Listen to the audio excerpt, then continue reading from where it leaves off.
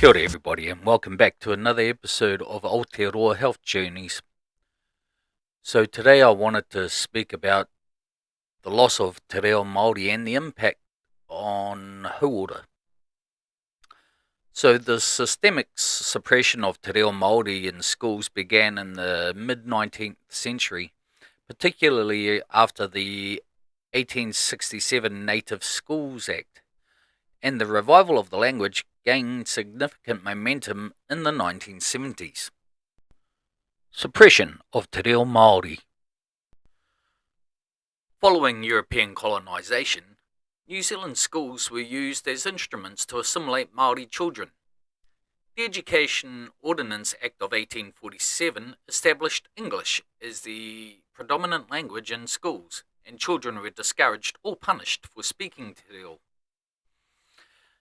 The 1867 Native Schools Act reinforced this approach by requiring that all instruction in Māori communities be conducted in English, effectively banning te reo in the classroom. Students who spoke Māori were subject to physical and verbal punishment, including writing lines or other coercive measures. By the mid-20th century, this suppression, combined with urbanisation and social pressure, had drastically reduced the use of Māori. By 1953, only 26% of Māori children could speak their ancestral language, dropping to about 5% by the early 1970s. Early efforts in revitalisation. The revival of te reo Māori began to gain momentum in the early 1970s as Māori activists recognised the language was at risk of being lost to future generations. In 1972, Hana Te Hemara and student activist groups such as Ngā Tamatoa and the Te Reo Māori Society gathered around 30,000 signatures in the Māori language petition, calling for te reo to be taught in schools. This led to the introduction of Māori as a subject in some secondary schools, though initially limited to a few hours per week. The first official Māori Language Week, or Te Wiki o Te Reo Māori, was celebrated in 1975, further promoting awareness and engagement with the language. Institutional and community-based revival. From the late 1970s, community-led immersion initiatives multiplied. In 1979, Te Ātārangi programs used innovative teaching methods to promote oral proficiency among adults. In 1982, Kohanga Reo, a Māori language early childhood language nest, immersed infants in te reo Māori from birth. And from 1985, Kura Kaupapa Māori were made in primary and secondary Māori medium schools, delivering curriculum largely in Māori. Official recognition began with the Māori Language Act 1987, which declared te reo Māori an official language of New Zealand and established the Māori Language Commission, or Te Taura Whiri I Te Reo Māori, to support its propagation.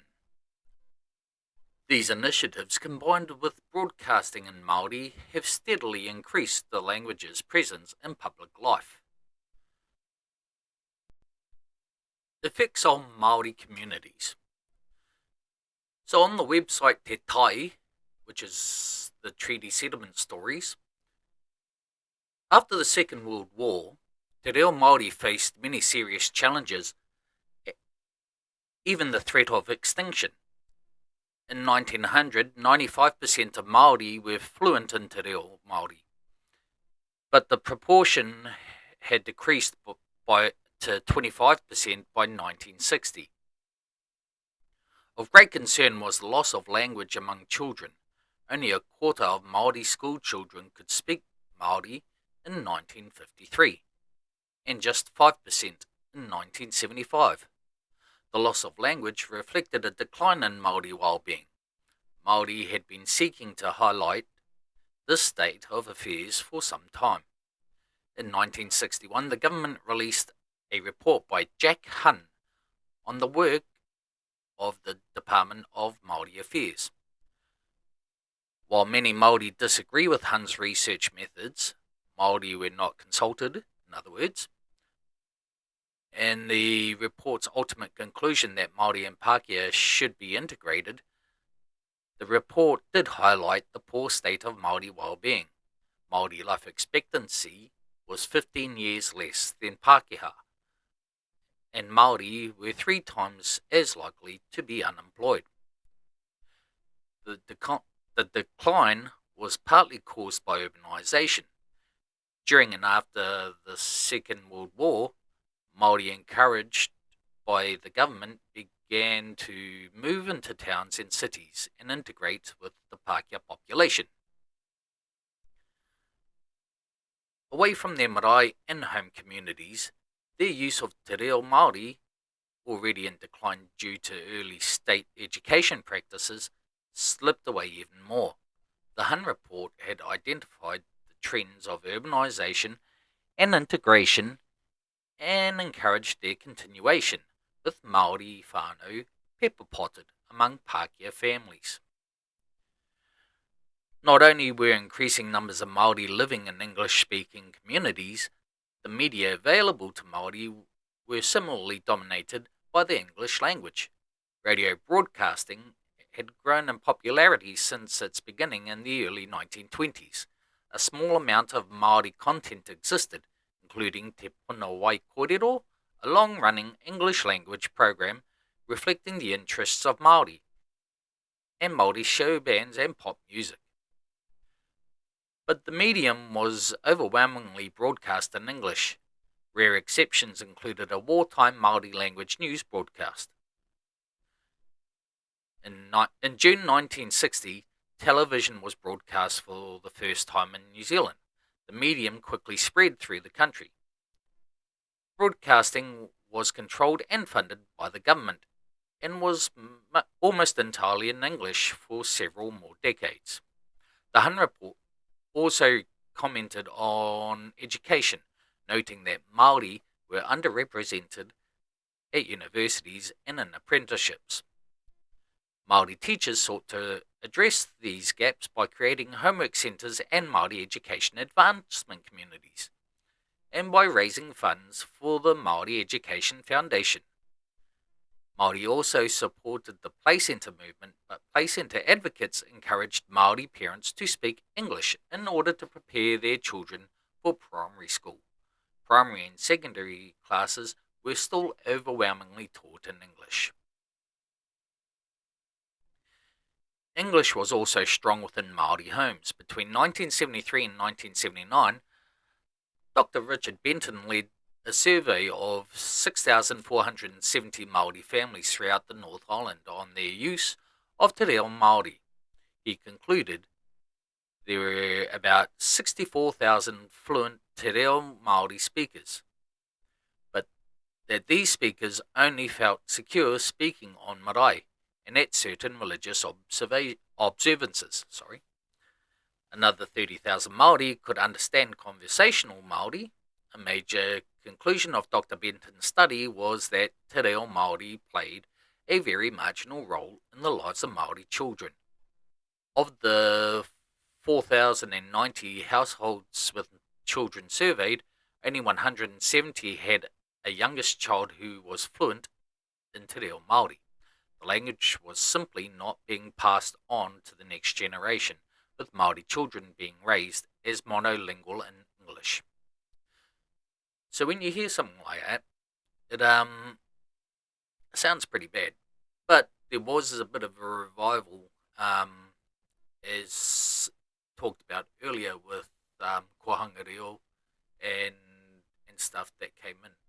But yeah, I suppose if you look at this whole segment, it basically highlights that Māori people, after the urbanisation and colonisation, our life expectancy decreased, being away from marae, our people, our whenua, and moving to urbanisation and everything like that sort of took a toll on Māori health, especially after World War II. So that pretty much concludes what I wanted to talk about with the loss of te reo. Gladly, te reo has made a comeback. There are a lot more people who are speaking it. I wish I was more fluent in it, but that's a journey in and of itself, and one that I've been partaking in for a long time. So, no, look, if you enjoyed today's content, please hit like, subscribe, and also share your thoughts on here too. Please, again, keep it nice. It's never nice to read negative kōrero for anybody. I'm not just talking myself. I can take that. I have I suppose, a strong constitution to criticism. I may not like it, but it is what it is, and sometimes it helps you grow. Anyhow, thank you once again for joining me on Aotearoa Health Journeys. I hope this content today gave you a bit of food for thought. If you want, there are a number of websites you can look at on this subject. One being Te Ara, or Treaty Settlement Stories.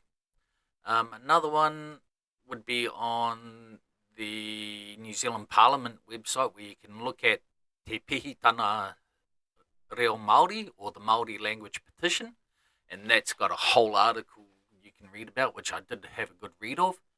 And even in the National Council of Women of New Zealand, or Te Kaunihira Wahine o Aotearoa website, they have milestones in the movement to support the revitalisation of te reo.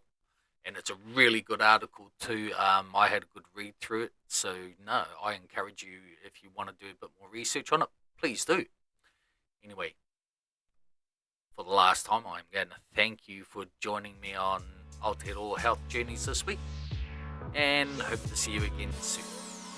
Ka kite anō.